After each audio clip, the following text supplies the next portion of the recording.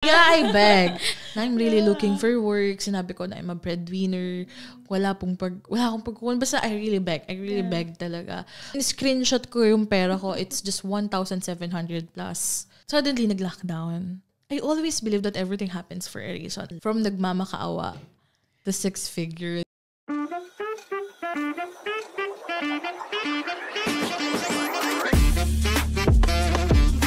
Welcome to After Shift by Vane Philippines. I'm Blessy. And I'm Clarice. Today, we're excited because we have a guest who has been empowering countless aspiring freelancers, especially women, to confidently step into VA world and thrive. That's right. From taking her first steps as a freelancer to now helping women build successful online careers, she's living proof that taking action can create real impact. So she's also the owner and founder of Scale with Sai, the digital marketing agency helping businesses grow. And for now, let us all welcome our guest for today, Miss Cyril Garcia.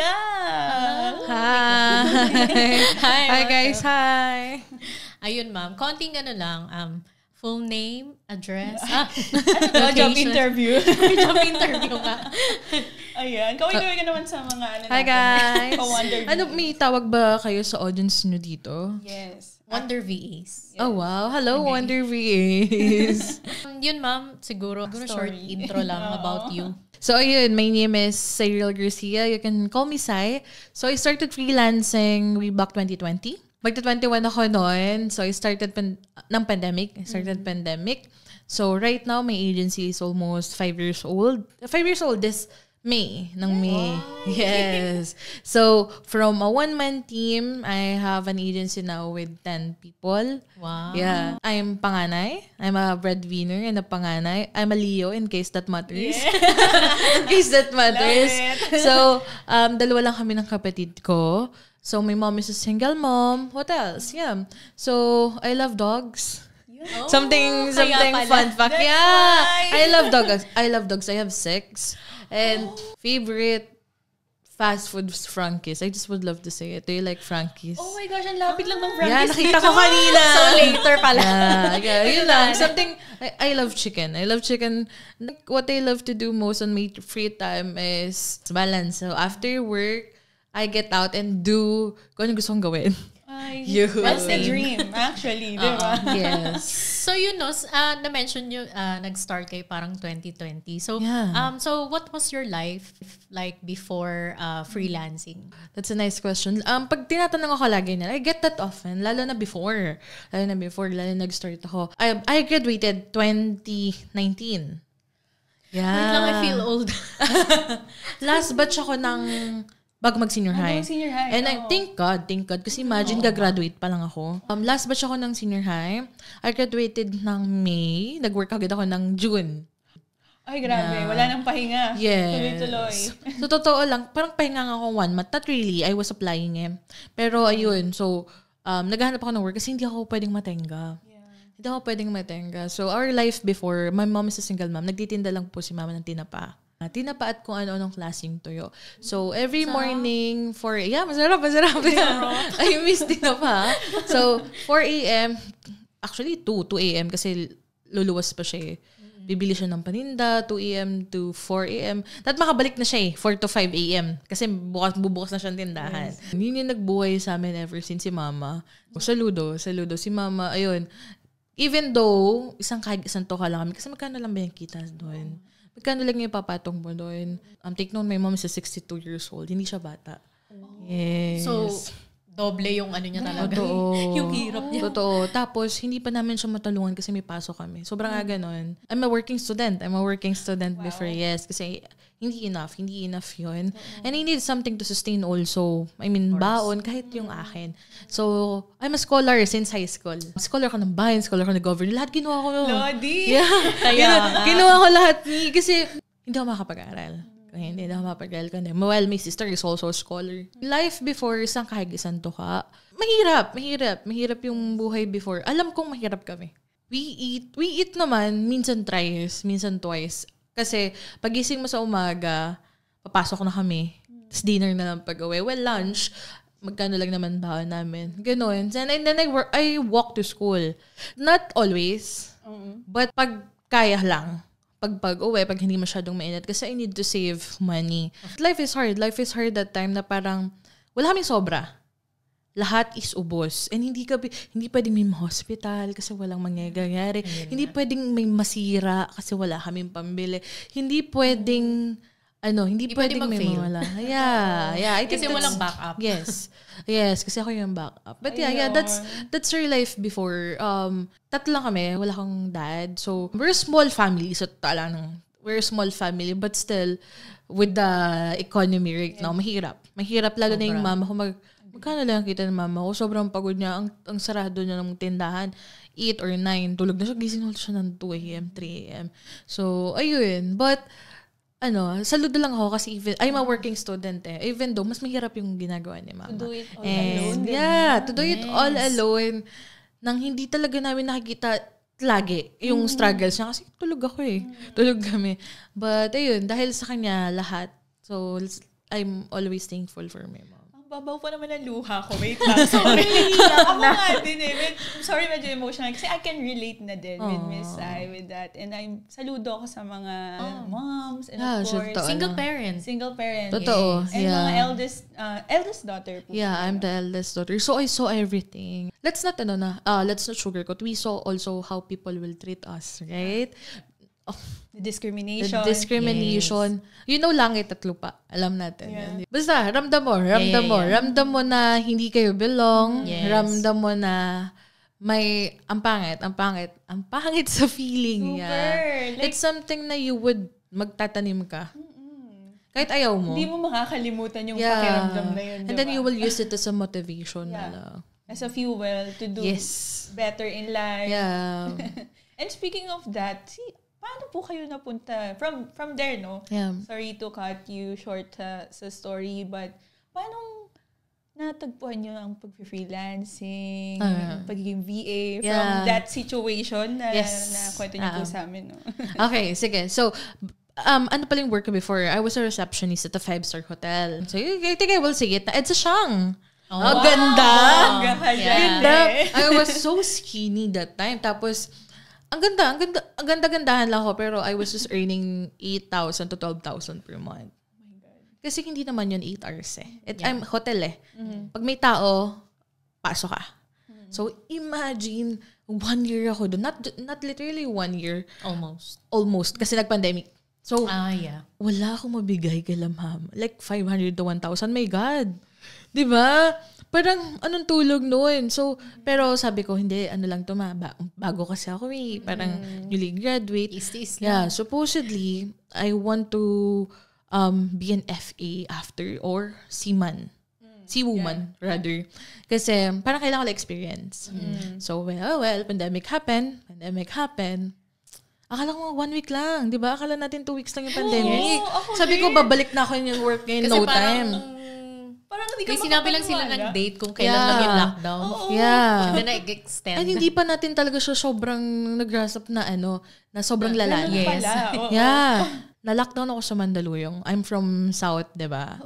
Yeah, na-lockdown ako sa Mandaluyong. And then, I always believe that everything happens for a reason. I don't know. 1 week before, umuwi ako. Hindi ako lagi nauwi, but every week. Kaso kung mahal kasi. Siyempre, you have to save. Yeah. So, I don't know, naisip ko dalhin yung laptop ko nung college. Sabi ko, I will watch movies. Yeah. I will watch movies siguro pag off ako or saan pahinga. So, it's a 5-year-old laptop na. So, imagine that super hang na. Parang lang talaga, dinala ko na siya madala movie. So, dinala ko siya. Yeah. So, dinala ko siya sa Mandaluyong. And then, suddenly, nag-lockdown. Akala ko na madali lang. Sabi ko, hindi, okay lang. Wala mo na maghanap ng work. Ganyan. Then, anong March yun, no? April. March, hindi pa din nabalik. So, parang, hindi pwedeng wala akong ginagawa kasi wala akong pera.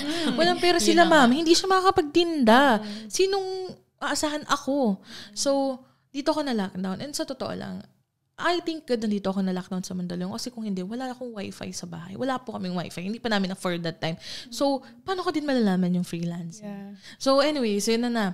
Nung una, nagtinda ako ng cakes. Ice cream cake, if you know that. Sikat yun before. Online. Yeah. Lahat ng pwede ko ibenta, papatungan ko lang ng 20 pesos or 50 pesos. Ice cream cake.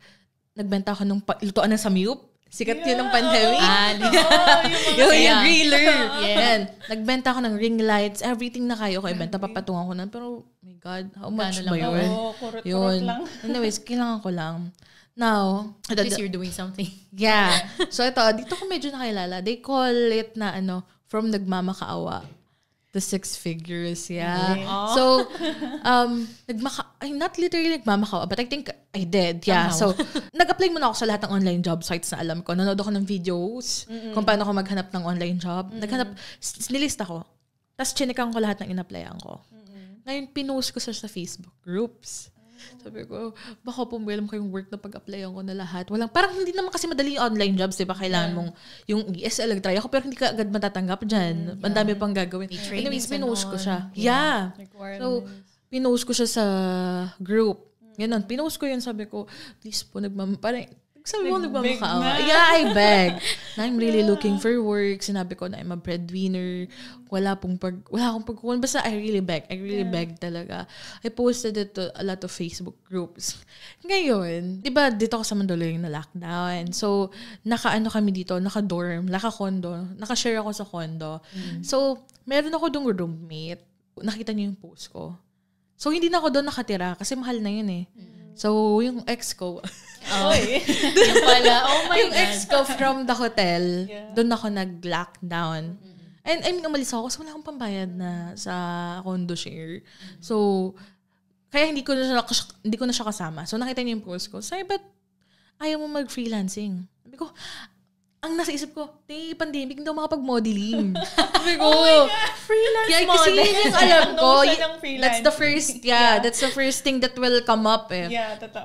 Ganun pa ako. Sabi niya, siya nga, hindi. Sabi niya, try mo, search mo about freelancing and then check mo si Demi Bernice. Oh, yeah. Nakikita ko siya. Yeah. So sabi niya, ano yun? Pero sige, check ko po. Anyways, sinek ko, sinandan niya ka ng links. Sabi ko, ate, 6,000? Hindi ko kaya. Parang, laki-laki ako sa 6,000 before. In-screenshot ko yung pera ko. It's just 1,700 plus. Yeah. Hindi ko makalimutan kasi lagi ko ito kinikwento. So, 1,700 na lang yung coming from my last salary. Screenshot ko, ate, ito na lang yung what I'm living. As of the moment, ito na lang yung tira ko. Kung ano pang mabenta ko, doon na lang madadagdag. Hindi ko siya makakalimutan. Lagi ako nagtithank you sa kanya. Thank you, Ate Honey. And si Ate Honey yung name niya. Sabi niya, sige, say, ganito, I will pay for the course. Oh my gosh, ang bait. I will pay for the course. Bayaran mo na lang ako pag kaya mo. Sabi ko, ate, no. Ang laki-laki ako sa 6K. Parang, lalo na coming from ganun situation, paano ko mabayaran yun? Parang, hindi ko mababayaran ni. So sabi ko, ayoko. Tapos sabi niya, sige na. Parang naniniwala ako sa'yo, gano'n. Lagi ako nagpapasalamat sa kanya. Like an angel, no? Yeah, lagi ako nagpapasalamat sa kanya. Nagtiwala siya sa akin. You just really need someone, kahit isa lang, na maniniwala sa'yo. So, I enrolled. Hindi ko man natapos yung buong videos kasi I was really looking for clients na. But I did learn a lot from Demi. Doon ako nagsimula. Doon ako yun yung foundation. Doon ko nalaman yung VA, freelancing. So, yun yung nagbukas ng mata ko sa lahat. So, papasalam din ako, hi Demi. Yun. Then, after that, natutunan ako. Nag-aaral ako ng course. Tapos pati YouTube. Ano ba yung mga free courses?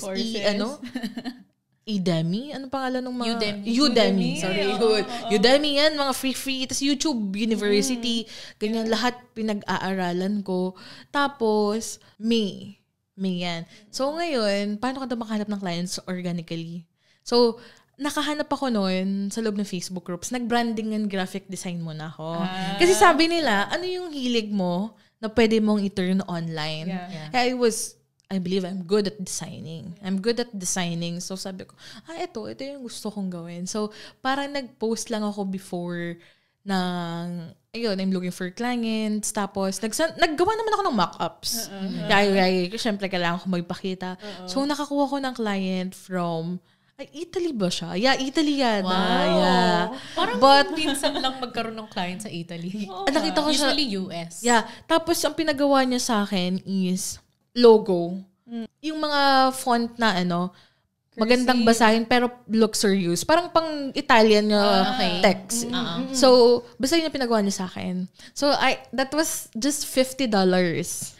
Yeah, that was just $50. But how much was that? Kano rin yun, 2.5? Yeah, 2.5. 28 yan ganon. that time. So, wala akong card. Kasi cash card lang kami sa, So, wala pa akong bank account. Hindi niya ako mapapasan. Ang ginawa namin, may Western Union. So, that was my first salary. And imagine, ginawa ko lang siya ilang oras. Grabe. Sabi ko, nakatayo ako sa siyang 6 to 8 hours, naka 2 to 3 inch heels. Magkano lang yung kita ko? Yung kikitain ko ng 1 week or sa corpo, nakagawa ko ng ilang oras lang. Sa inupuan ko lang, kahit naglalag yung laptop. So, ang ginawa ko, kuha ako sa Western. May bumili akong pizza. So, parang, it's my reward. And it's like, thank you, Lord. Lalo kahit $50 lang. Yes! At saka, ang laki na nun sa akin before. Ang laki na nun before. Lalo na nung pandemic, parang, may instant ko. Basta near 3K yung conversion that time. Tama ba? Yeah, basta near 3K. So, sabi ko, pupulutin yun, diba? Totoo. Tapos talagang ginawa ko lang siya. Tapos lang ako, diba? Parang galing-galingan pa ako kasi bago. So, ayun. Ganon. Doon ko siya na-introduce ako ni Demi. Kay Demi ako nag-umpisa. At saka si Angel. At parang guardian angel na miracle si Miss Friend Honey. Yeah. Yeah, diba? Napakang miracle na din. And yun sinabi mo nga na everything happens for a reason. I do. I always believe that. And I do believe there's a reason I'm here. Yeah, I agree. And I believe may purpose din talaga. Mali mo, someone's watching over there na ma-inspired din from your story. And nakaka-relate din na eldest daughter din siya or maybe she's a daughter of a single mom. Yeah. And Siguro that's why I always say yes then when I'm giving a chance to share my story. Kasi if it changed my life, diba? I would never stop talking about it if it could change others' life din. Siyempre parang encourage ka na dun sa $50. Yes! So nagtuloy-tuloy na siya. Yun na yung, kumbaga tingin mo parang yun na yung turning point. Turning point. For freelancing. Well, yes. Akala ko. That was me. Project-based lang ang branding and graphic design. Hindi ka pa mabubuhay.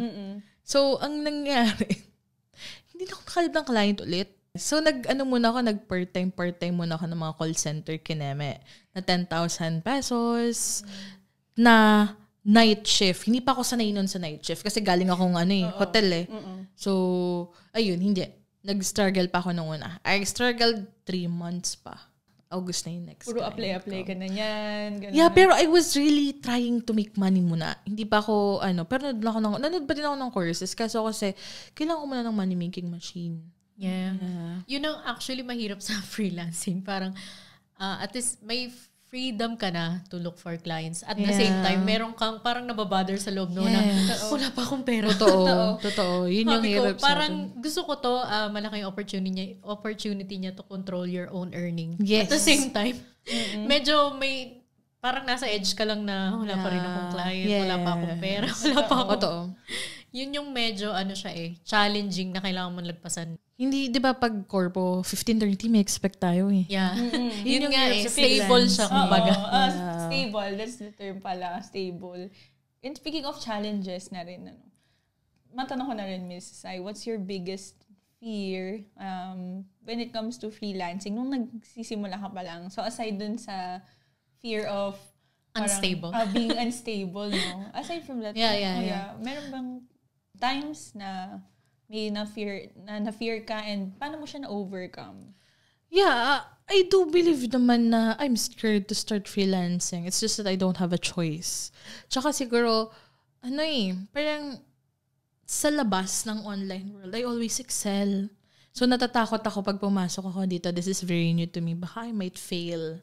So, I have the fear of failure and rejection coming into freelancing. So, kasi sabi ko, I'm new. Wala akong experience. I'm Pinay. Paano ako siseryosohin ng clients? Tsaka, I don't really know what I'm doing. Diba? I don't really know what I'm doing. And I'm scared din ng failure. Baka hindi to mag-work. Nagsayang lang ako ng oras. Yes, yun yung I think naging fear ko or naging challenge ko. And also my mindset, I believe. Kasi before, coming tayo from the corporate mindset. So yeah, I think yun. Yun yung naging fear ko before. Failure and rejection. Siguro sa freelancing, mga clients naman, sometimes it's project-based or sometimes, ang bilis sila mawala, di ba? Yes. Parang minsan, 3 months lang or ano. Parang they're trying you lang kung, kasi minsan may mga clients na lang, parang narinig ng nila na, uso yung VA, maganda ba yun? Try ko nga. Oo, try lang, pero parang, ewan ko, may clients kasi na parang hindi pa nila talaga mag-grasp kung ano yung use ng VA. So, syempre, you have clients na come and go. Syempre, lahat tayo may first clients, but yun nga, parang months lang sila nagtatagal or sometimes project-based lang. Tingin mo ano yung pinaka-first client na nagtagal talaga sa'yo? Paano mo siya na-sway for you to stay with that client for that long? I have a client started 2020 until now. Wow! Yeah! Hi, Ma'am Christine! Hi, Ma'am Christine! So, August, ako nakahanap ng second client. It's a skincare brand. Hindi pa to yun. So, I'm coming from $50. Nag-charge ako $20K. Hirap na hirap ako. Nag-post pa ako sa group. Sabi ko, I'm scared. Baka ma-reject ako. Tapos ako, every time I do calls, tatalon ako sa kama. Parang Ganon.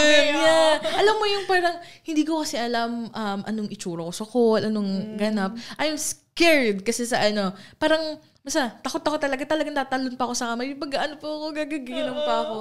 Tapos, nakaklose ako ng dalawa nun. Yung isa is si Miss Christine, si Ma'am Christine, which is client ko pa din now.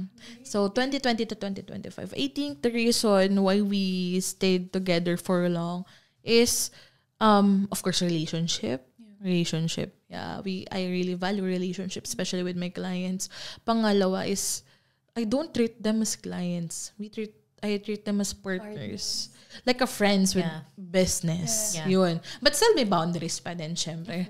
Pangatlo is, I always add something na value. Yun. So, dati graphics lang ako.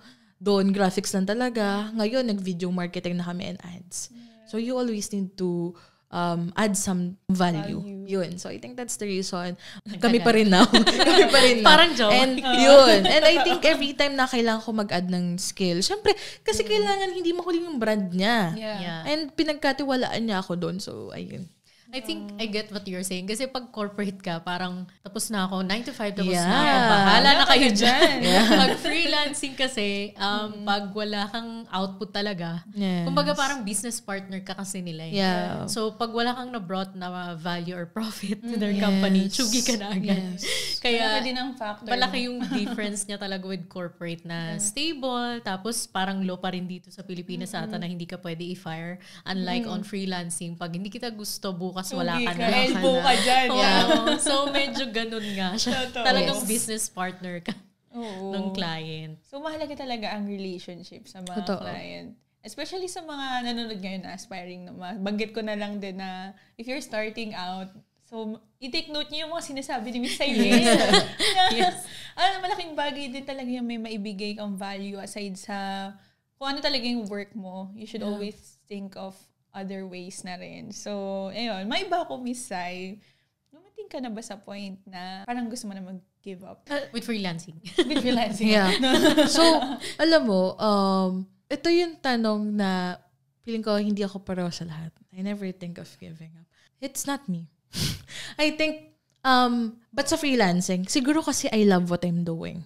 Kaya I never think of giving up. I think there are times na umabot ako sa burnout. Ayun, hindi ko ikakailangan. But I never think of giving up. I think hindi siya pumasok sa isip ko.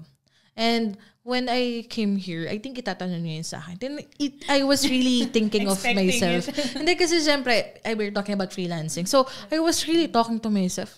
Hindi ko talaga siya makita. Kaya hindi ako nag-give up kasi sabi ko nga sa'yo kanina, I'm the backup plan. Wala po akong backup. I'm the backup Safety plan. of the family. Yes. I'm already, nandito na ako. Dito na ako sa field. Andito na, ang layo ko na. Yeah. Ngayon pa ako susuko.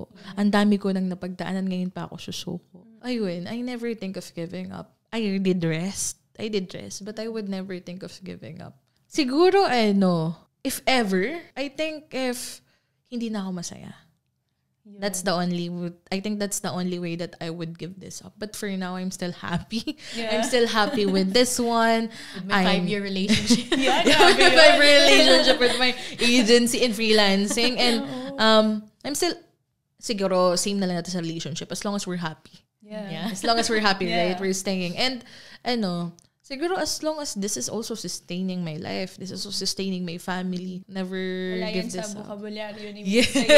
ang pag-give up. Yes. So, of course, yun nga, may agency ka na ngayon. So, paano ka naging consistent? What helps you to be consistent? So that's a good question. How did you show up online first? I started messy. You need to start messy. But if you're waiting to be perfect, walang mangyayari. Yeah. Iiwan ka. Masakit man tanggapin, may iwan ka. So you just started messy. Ang pangit ang branding ako nun, ang pangit ang graphics ko. Post ako sa Facebook groups. And wala na akong pake sa sasabihin ng iba. You need to be, na wala kang pake. You need to be makapalang mukha. Kasi sa totoo lang, kahit anong galing mo, if wala kang kapalang mukha, wala mangyayari. So, ang nangyari, nagpo-post ako sa Facebook groups. I do have a lot of, dami kong Facebook group sobra. Doon ako nag-start. Nag-start ako mag-post sa Facebook groups ng value post. Yeah, that's what we call it, diba? So, value post, yun, yung mga educational posts. And then I started on also posting online. Graphics pa before, hindi pa tayo nag-videos. Yeah. So, yun. I think I did have a goal. And alam ko, sabi ko, binreakdown ko yun. Sabi ko, to be able to get this goal, ano kailangan kong gawin? So, ang ganito kasi, so I joined courses, diba? October po ako nasa tribe, the freelance movement tribe. So, doon talaga yung kumikita ng malalaki. Grabe. Oh, inspiring talaga, yeah, no? 6 figures, 500K, 1M is money sa kanila. So, sabi ko, totoo ba to? So, ganito, I stumbled with the post ng 6-figure. Sabi ko, I was earning that time 50,000 na, October. Hirap talaga ako maka 100K, hindi yata totoo to. Sabi ko talaga, hirap na hirap ako, wala na akong tulog ni. Sabi ko, hirap na ako maka 100K. Then I stumbled with this 6-figure person. Sabi niya, kinuwento niya yung routine niya. She's connecting 20 people, not really, but 20 people ata, 20 people. Tapos, everyday siya nagko-connect, nagpo-post. Ang dami niya ginagawa. So sabi ko, nagre-reklamo ako dito but hindi ko ma-reach yung 100K. I'm not doing the things that I should be doing to reach 100K. Yeah. So, I wanted to reach 100K with the 50K habits. So, that opened my mind. Okay, ito pala yung kailangan kong gawin. So, that inspired me. Yun ang ginawa ko. So, ginawa ko yung mga ginawa nung mga naka-achieve na nung gusto kong goal. Yun. So, ginawa ko yung mga nagawa nung mga naka-achieve na nung gusto kong goal. Kasi they're already there. Yeah. They know what they're doing. They know what they've done. So, yes. Yeah. I don't know if it will work for me, but anong masama man try? And that worked. That worked. So, yun. Nagkaroon ako ng goal. Tapos, anong kailangan kong gawin to get to this? I need to post every day. So, nag-show up lang ako online. And when you see traction, kahit hindi sobra, makikita mo gumagalaw eh. Kaysa dati nahanap ka lang ng job o post. Yeah. You need to make them come to you. Yeah. Kasi sa job o post, antay ka pa. Hindi mo naman talaga sure kung babalikan ka. So, ayun. That's how I show up online. I created the new habit. So, I followed the 100K habit. Wow, ngayon ko lang naisip yung 100K habit. May follow that habit as well. Yun. Speaking of, you said na nagpo-post po kayo like every day. Ano po may mga content na talagang nag-work for you aside dun sa value post? Or if you can dive deep dun sa value posting on how you do it. Just for the aspiring VAs to know, how was it? How was that? Parang gusto ko din magkaroon ng ganong habit. Okay. So, value posting is something na valuable, educational. Hindi lang siya basta selling. Kasi ayaw ng taong binibentahan. Yeah. Marketing psychology. Miski tayo, diba? Yeah. Ayaw natin ng binibentahan. So, ang ipopost mo dapat is something that would benefit your target audience or your gusto mong client. So, for example, yung client mo na sa business coaching, ganyan. So, instead na ang ipopost mo is, this is my services, walang papansin nun eh. Diba? I-scroll mo lang yun eh. Ang ipopost mo is how to get clients in your business coaching in just 30 days. If you're the target audience, wow, paano ba to? So now, your target audience thinks, alam mo yung ginagawa mo. The target audience think ngayon, na ang galing niya. I wanna work with her. Yun. So, create something valuable na kailangan ng client mo. Create solution. Yeah. Ano yun? Solution. Wag mo muna ipopost. Walang may pake ng service mo. Sa totoo lang, walang may pake ng service natin. Parang given na kasi siya. Yeah. Given na siya eh. So, ngayon, you need to provide value or show them anong pwede mong gawin sa kanila. Yun. So, yeah. Create content. Always imagine, kasi right now I'm a VA in SMM. So, always imagine or act as your target audience. If ako ba to, papanoodin ko ba to or pipindutin ko tong post mo? So, when you create a post or something online, always think of you as the target audience. Yeah. Papanoodin ko ba to? Kasi sayang. Always provide value tapos solution. So, ganun dapat yung mga pinopost mo muna. Kasi, pag nag-search sila, ang hinahanap din nila solusyon.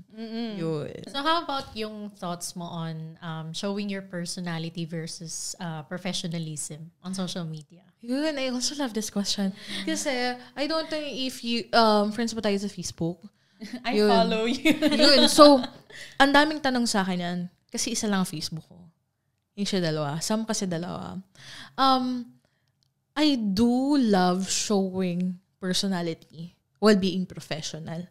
Kasi I'm building relationship. Clients love to talk to people, not robots. If you're professionals, I do not say naman na all professionals are robots. But you know naman na talagang very, very professional. Like Formal. very formal. That's the word. Yeah. Very formal. So, how can I build relationship if wala silang alam sa akin? So that's why I'm pinapasok ko din sila sa mundo ko. Kaya I'm also posting about my life, about my partner, about really my life. So, ayun, may US clients ko, binabati nila si mama pag birthday. Yeah. So, pag may happening sa bahay, how's your sister? How's, yun. I love that kind of relationship. I love to have both. But I think it still depends on you. But for me, it works well. Yeah. It works well. Siyempre, alam mo naman Huwag naman yung lahat-lahat. Hindi, ay, ibig ko sabihin, paano kung may deadline ka? Bigla ka magpo-post ng nasa Yeah, email ka. Huwag ganun. Alam na natin dapat yun. Pero, still show personality, still show feelings. I think yun yung gusto kong sabihin. Kasi, people love that. People love relationships. People love caring. Yun. In another term, gusto na nating lahat chismis. Yeah. Yun. Makimarites. Yes. Even clients. Yeah, totoo yan. And also, I adore your, yung pagiging totoo nyo online din. Diba? Ayun. Yun pala. Buti sinabi mo, transparency and authenticity. I think, yun din talaga yung isa sa pinaka naging strength ko. Authentic and transparent. And clients love that. Yeah. Clients love that. Pag nagpapakatotoo ka talaga sa sarili mo. Yes. Kung sino ka talaga. Yes. Meron kasing mga content creators parang may social media personalities. Yeah. Different pala sila from themselves. Yeah. So speaking of that, no, since nasa socials na yung pinag-uusapan natin, no? Kasi ang socials, napakalaking influence niyan sa buhay ng lahat. Actually, sobrang na lang social media, it's a need na nga para sa akin. Parang talagang kailangan na siya ng lahat. Yes. Sa business, of course, especially sa business. And speaking of that, there's an influence sa pag-social media, no? And with what you're doing, I can see po that you are also empowering other women, especially in the VA world. So, why is that so important to you po, Miss Sai? I think nasabi ko na siya kanina. Emphasize ko lang na it did change my life. So, I would never stop talking about it kahit multiple times if it could change someone's life as well. And, alam nyo, I don't have a course but I do share a lot information online. And I know a lot na nakita lang ako online and sumali sa tribe, sumali sa lahat. And now they're doing so well and I'm so proud of them. Tapos every time na I see them, tapos nakita ko yung family nila. Last time, galing ako sa TikTok Philippines. So, this person, nakita niya yung freelancing sa akin. Tapos sa akin pa siya nag-enroll ng tribe. I was an affiliate pa before ng tribe. Tapos sabi niya, her life is really transformed. Talagang iba ngayon. So, sinabi niya sa family niya, ay, Mapa, si Sai, ito po, sa kanya ko nalaman yung freelance. Sarap-sarap sa pakiramdam. Sobrang sarap sa pakiramdam. And every time it's my birthday or it's something na I post something inspiring as well, talaga may magko-comment na, Sai, dahil sa'yo, kahit hindi ko sila totally kilala, kahit we really don't have that much interaction, it feels so good that you are doing something. Ang sarap siguro sa feeling to leave something behind. Kasi I would never, hindi naman ako forever nasa freelancing. Yeah. Hindi ako forever nasa freelancing. And it feels so good to leave something behind. And alam mo na sobrang hirap ng buhay ngayon eh. Tulungan, tayo lang magtutulungan. Kaya nga. So, speaking of, empowering VAs, especially women, sa tingin mo, ano yung unique challenges na pwedeng ma-face ng women in freelancing? Okay. So, I think sa freelancing mismo, pare-pareho lang generalize. But yung pinakatingin ko talaga is scarcity mindset. Scarcity mindset, self-doubt, and fear of charging what we're worth. Yeah. Yun yung mga unique challenges na I think. So, scarcity mindset, first of all, feeling kasi talaga natin, hindi natin deserve yung mga deserve natin. Feeling, basta parang, okay na yan. Yeah, okay na yan. Okay na to. Baka sobra na, ganun. Baka hindi ako matanggap. Yes. Pag hindi ko in-accept yung rate. Baka pag in-charge ko, maghanap ng iba. Ganun. And then also self-doubt. We always think kasi na, siguro kasama din pagiging Pinay, inisip natin, ida-downgrade tayo, di ba? So, ayun, yun yung mga feeling kong challenges and pati, I think yung magkasama na si scarcity tsaka yung fear o yung self-doubt. So, ayun, I think yun yung mga magiging challenge nila. Sa una lang yun. Yeah, sa una lang yun. Once you're in the game, kailangan mo lang pumasok sa game. Kailangan lang may taya ka sa loob. Kailangan siyang pagdaanan. Yeah. For sure. Yes, kailangan mo siyang pagdaanan. Kailangan. And you really need to overcome it. So, lahat naman, diba? Lahat naman Walang madali. Oo. And lahat naman ng bagay, hindi natin alam sa una. Yeah. Right? Ito naman, this is just something new as well. So, ayun, scarcity mindset, self-doubt, and failure, fear of rejection. Thank you for that, Miss Saino. And maiba lang din ako. I know you already discussed this kanina about the mentor or someone that inspired you in doing freelancing, which is Demi. And aside from Demi, I know there's many more na nakapag-inspire sa atin. And ayun po, baka meron pang others na nakapag-inspire sa'yo. And can you share it with us? Sa journey mo, nasa freelance. I don't know if kilala niyo si Junji. Si Junji? Junji? Yeah, Junji Gumiran. Yeah. So Junji Gumiran also came from Tribe. Of course, I was also inspired by Sir John Pagulayan. It's cheap. Yan. Pero I think si Junji isa sa pinaka naka-inspire sa akin. Wow! Na shoutout pa kita Junji Pero kasi sobrang galing niya. Like sobrang galing niya. He also came from zero. And now he have a 9-figure business. Wow. Wala na siya sa agency. Sa e-com na siya. Pero yung agency yung naging way niya to get there. Sobrang galing niya talaga. Like, literally sobrang galing. He is one of the best Facebook advertiser in the Philippines before. Well, he still do ads pero sa sarili niya ng business. Sobrang galing niya, ni-inspire ako na pwede ba magmura nito? Na-inspire ako na pwede akong posible pala to. Oo. Doon ako ni-inspire sa mga taong pinapakitang kaya ko. Lagi ko siyang tinithank you. Now we're good friends. Hi, Jun. Lagi ko sinasabi sa kanya, Jun, thank you. Kasi pinapakita mong posible pala. Diba, ang sarap sa feeling, nakakaganon. So, nakakabuhay. Posible pala. Pwede palang ganun eh. Kaya ko pala yun eh. So, nag-6 figure siya, nag-7 figure siya, nag-8 figure siya sa freelancing alone. Grabe Sa siya. freelancing, grabe siya. Sobrang grabe siya. Sobra ka na. Oo, sobrang Tama ka na. Lodi sa Lodi. Forever Lodi. I will always be a fan of him. Wow. Until siguro pagtanda. So, sobrang galing na galing ako sa kanya. So, yun. What inspires me is, lagi siya nagle-level up. Ngayon, di ba, nasa e-com na siya? Grabe. Di ba? Level na So, level. coming from freelancer lang, naging agency, naging e-com na ngayon. Lagi siya nagle-level up. Tapos, hindi siya nahihiya sa sabihin na, ngayon, benta siya ng benta, di ba? Ano pa daw niya kasi di naman sila nagbabayad ng bills. Tama naman. And siguro, ang galing lang kasi nga pinakita niyang posible for me. So, I'm inspired by those people na coming from zero because it shows me na kaya ko din. At saka, ang sarap mapaligiran ng ganong klase. Yes. True. Oh my Kaya God. nga. Yes, I'm super grateful. Kasi before, gusto ko lang siyang maging friend. Tapos ngayon, Yeah. Ginawa ko talaga yung paraan. Para sabi ko, paano ko ba siya magiging friend? Anong parang paraan? Naging client ko siya. Oo. Naging friend mo na napagkakita. Naging client ko siya noon. Naging client ko siya before. ang sarap mapaligiran ng mga taong mag-motivate sa'yo, Yun, mag-boost sa'yo Yun, na kaya maganda mo talaga yan. na Yeah. ang paligid And mo, Bibigyan ka ng inspiring. advice. Yeah. Kasi napagdaanan na nila. Oo. Wag yan. Kasi nagkamali na sila dyan. Wag yan, ito yung gawin mo. Ganun. So, ang sarap sa feeling. And I will always be inspired by sa ganung mga tao. Pasama sa group chat. Pakisama. Pa-friends din po. Kaso ano pa lang kami. Mag-enroll ka na daw sa Mag-enroll ka na daw sa ads level.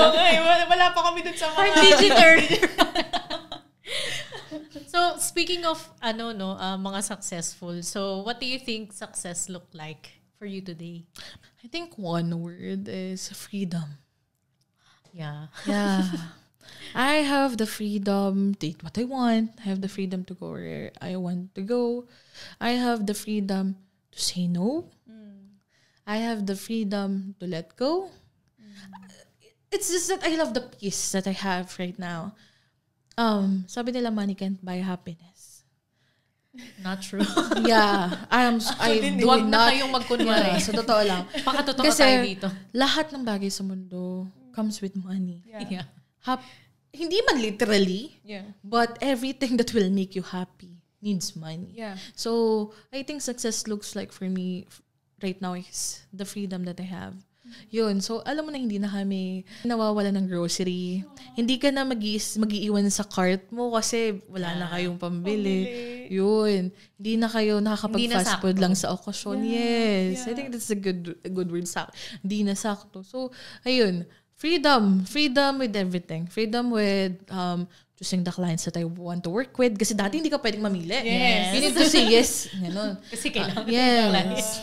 Yun. So, freedom of doing what I love, na walang restrictions. Yun. I think that's what success looks like for me. Same. I agree with that. I'll get And, there. Yeah. That's We'll get manifest. there. Yes. Nakaka-inspire din. And coming with freedom, no, it requires balance din po, no? Yeah. And about balance, I want to ask, how do you balance the freedom that you have right now with the life that you have, with the client works, with the community that you're building right now? So, how do you balance it? So, first of all, hindi ka makakapunta dito nang hindi ka nag-struggle. If you want to have this kind of life, yun, parang pangit ang dating, parang yabang. Pero, hindi. If you want to have this kind of life, you need to sacrifice first. Yeah. Bago mo mabalance lahat, it's gonna be messy. Yes. It's chaos. So, you need to sacrifice sleep muna before. You need to sacrifice occasions. Kasi, kailangan mo mag-work eh. Kailangan mo gumawa ng content. Kailangan mo muna mag-sacrifice. So, yun muna yung nangyari. And it's okay kasi you don't know pa ako ng ginagawa mo. And you're starting. It's normal. It's okay. It's normal. And as long as you go, malalaman mo na, matatansya mo na. So, okay, ito pala yung mas okay sa akin. Ito yung gusto kong gawin. Ganon. So, ayun. So, una, you need to sacrifice things muna. Ngayon na medyo nagagamay ko na, what I'm doing is, I set boundaries. I set boundaries na. Dati kasi I work 24/7. Even Oh my God. Yes, I do. I even madaling araw. Ngayon, may non-negotiables na ako. Yes. So, may non-negotiables na ako na weekend, kung pwede, hindi ako pwedeng mag-work. I'm still flexible kasi I love my client, sabi ko nga. Pero as much as possible, kung pwede hindi ako mag-work ng weekends, hindi ako mag-work. And I do have time na for family. Dati kasi wala. Yeah, I think that's also the reason why I gain weight. Kasi talaga dati, sa laptop lang ako. Yeah. Umabot nga na 48 hours ako gising before. Uy! Yeah, lagi akong pinapagalitan sa Facebook. Pero, kasi, naglalagay yung laptop ko, di ba? Oh, yeah. So, ang tagal bago. Oo, nagre-restart lahat.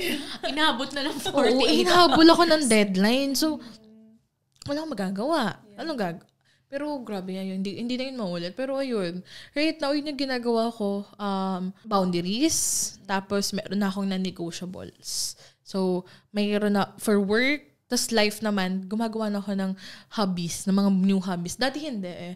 So now, I do, pag minsan nag-golf kami, kung ano pwede namin gawin, badminton, something na just out of the computer.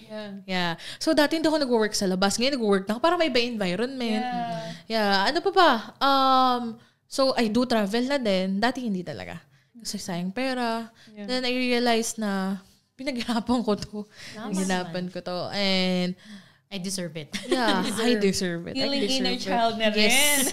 Tama. So, ayun. I think boundaries and dapat may non-negotiables na to balance life. And of course, ayun nga. And may specific days lang ako. Specific day for work, specific day for me, specific day for content. I think that's very important. Kasi pag halo-halo siya sa unorganized. Yes. Yeah. Ayun. Especially with creatives, no? Mahirap dalhin yung utak mo to get ideas, Yes. to really be there.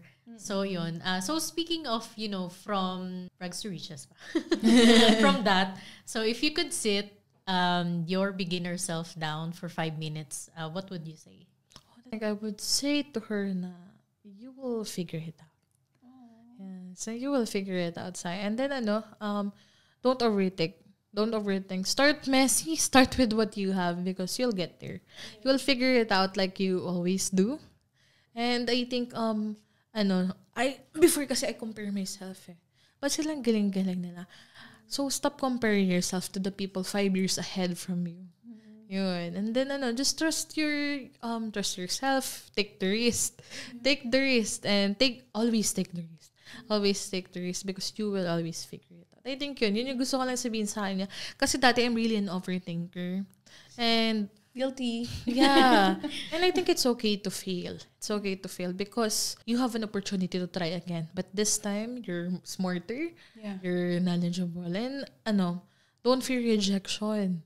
Don't fear rejection kasi you need that to grow. Mm-hmm. You need that to be where I am today. Yeah. So, ayun lang. You'll figure it out. Kalma ka lang. Yes. Kalma ka lang. And makakarating ka rin. Yeah. And I'll see you in 5 years. Yeah. Naalala ko pala yung pizza story mo. Parang biglang nag-flashback sa akin. May ganong moment din ako. Kasi parang nag-quit ako sa corporate job ko January 2022. Parang bahala na. Kasi gusto ko talaga work from home. Hindi kasi ako morning person. Gusto ko kahit ano oras ako gigising. Nag-work from home ka na kasi nag-pandemic eh. So, yung na-try mo na, ESL, nalaman mo na yun. Parang, actually, 2017 ko pa siya gusto. Pero hindi ako makahanap, di ko alam. Anyway, so yun nga. Parang naalala ko lang yung pizza moment mo. Parang nagkaroon ako ng first client ko. 6 months after ko maghanap. Ang pera ko lang nun is yung final pay ko sa corporate. Hindi rin naman kalakihan. Siguro mga 20K lang yun. Tapos, yun nga, nagkaroon ako ng client. Hindi rin malaki yung offer sa akin. Parang 20K din yung first client ko. And then, a night nung na-hire ako, bumili ako ng McDo naman. Ay, Bigla ko lang na-realize na, nga pala yung pizza moment niya. Parang may ganun din pala ako. Nag-McDo nung gabi. Parang reward, no? Small lang. Small token. Ang galing mo. Oo. Yeah. Parang, finally. Parang pat sa sarili mo na, girl, nagawa mo. Like achievement. Kasi hindi mo nakalimutan, di ba? Yeah, di ba? Tumatak talaga siya. May plug pa yung McDo. Yeah, baka naman. Nagpa-sponsor. Ako yung pizza ko before Shakey's. Kasi yun, di ba? May free. 2 pizza yun pag may Shakey's card. Ayaw nga, no? Yeah. Shakey's. So may gano'n. Nag-crave. Ay, actually, nakarelate ako sa sinabi ni Miss Sai about comparison sa yung note mo sa sarili mo 5 years from now. And actually, isa yan sa comparison of thief. Thief of joy. Thief of joy, tama. Yeah. Kasi siya lalo ka mag-overthink. Yes. And hindi ka masaya. Hindi ka magiging masaya pag kinumpare mo yung sarili mo sa ibang tao. Kasi iba yung chapter mo. Yeah, sa chapter ng ibang tao. If you compare your chapter now, tapos siya pala nasa chapter 20 na. Yes, tama, di ba?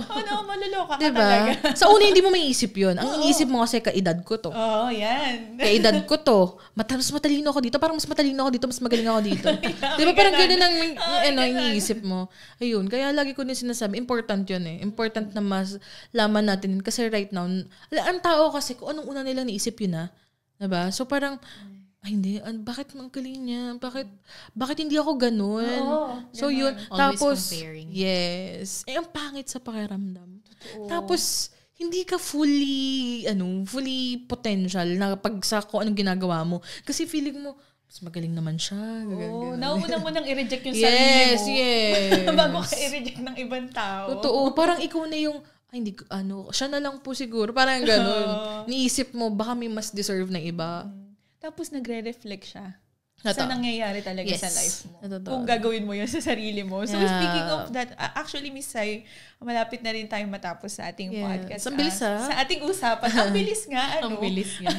Actually, andito na tayo sa pinakahuling part ng ating podcast. And speaking of you talking to yourself 5 years from now, what's your final words of encouragement naman po sa mga bago pa lang at of course, siguro may nanonood din ngayon na nagsisimula and nag-struggle as a VA. So, baka meron kang final words of encouragement for them.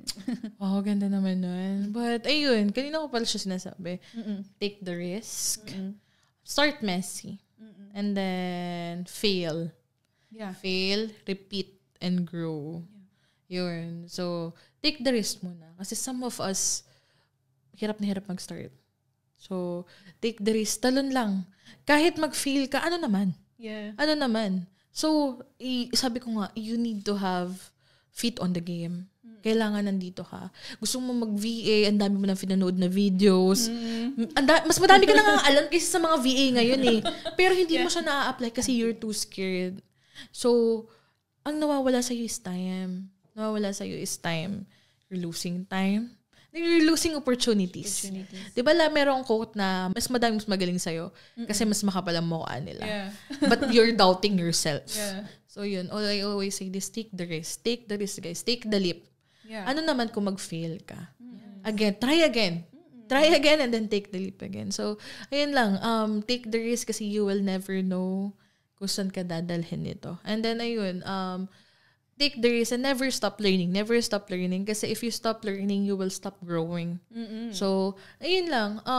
Try even just once. After that, siguro pahinga ka kung nasaktan ka. Masasaktan ka. Sakit kasi. Eventually, Sakit may reject. Yeah, sa Very totoo lang. relationship siya talaga. Yeah, very relationship. But after that, pag naging okay ka na, ako dati talaga umiyak ako, pag hindi ako naka-close ng client. I'm crying. Ako di. Totoo. Talaga nakadapa ako. Isipin nyo na lang, imagine nyo, yung dadapa ako sa bilis, yung gaganon ako. Gaganon ako, sakit. Parang, hindi ba ako magaling? Ba't hindi ba ako magaling? Ganon. And it's normal. And tandaan nyo guys, lahat ng expert na idol nyo was once a beginner like you. Yeah. Was once a beginner like you. The only difference is they take the leap and they never gave up. Yeah. They never gave up. So, ayun. Ayun yung sasabihin ko. Always take the risk. And then another one is follow someone that you admire. Yeah. But do not use them as comparison. Use them as an inspiration that it's possible. And surround yourself with people who you like to be. I think that's also a very good thing to do kasi makikita mong posible. If you are down, sasabihin nila yung right words eh. Noon. At saka, hindi lang words na gusto mo, words na kailangan mo talaga. So, join communities, join courses, makihalubilo ka sa lahat, networking. Yeah, so, ayun. Yun yung mga advice ko sa freelancing. And once you're in the game, kung kung sino mas matagal, siya yung mas mayaman. Hindi. Well, true. Yeah, sa totoo lang. Once you're in the game, okay na. Makapasok ka lang, okay na. So, yun. Just take the leap and enjoy the journey. Ayan. So before we end, quick plug. So when can listeners find you? Like, kung anong social media mo or mentorship programs? Do you have any... you can plug it. Okay. Thank you so much. So, ngayon, I really don't have a course, but I do have some mini courses from time to time kasi I do it on my birthdays. Parang give back ko sa community. Yun. Actually, birth month ko na. August na eh. So, it's my birth month na actually. So, ayun, you can find me on... I'm all over social media. Kasi social media person eh. I'm on Facebook as Cyril Garcia, Instagram at Skill with Sai, TikTok at It's Cyril Garcia, and then I have a Facebook group. It's where I drop tips then and everything that I know of. So, yun, it's a freelance mastermind. Freelance masterminds where freelancers help freelancers. Ganun. I think alam mo, gililing ko na lang sa'yo. So, ayun, that's where they can find me. And yun, active naman ako on all platforms. Yan. Pa-like, pa-follow, pa-subscribe. Mag-join kayo, guys. Dahil dyan tayo makakuha ng mga tips. And if you want to follow more about Miss Cyril, click nyo na. Nandyan na sa link natin. Somewhere there. See you on the FYP Wonderful VAs. Yes. And I think that's the last ang bilis part of our discussion for today. And we want to thank you, Miss Sai, for having you here na magbigay ng time with us and to share your stories with Thank you so much for inviting me. Thank you din for your time. I know you're very busy. Pero super. Actually. Thank you so much kasi nabigyan niyo ang opportunity to also tell again my story. Yun. Alam mo kahit ilang beses ko na siya nakawit, sarap pa din talaga sa pakiramdam. Yeah, diba? Thank sarap you. balikan. Susunod ulit. Yes, another episode. Part 2. Yes, part 2. Kaya super thank you, Miss Sai. Thank you. So much. So,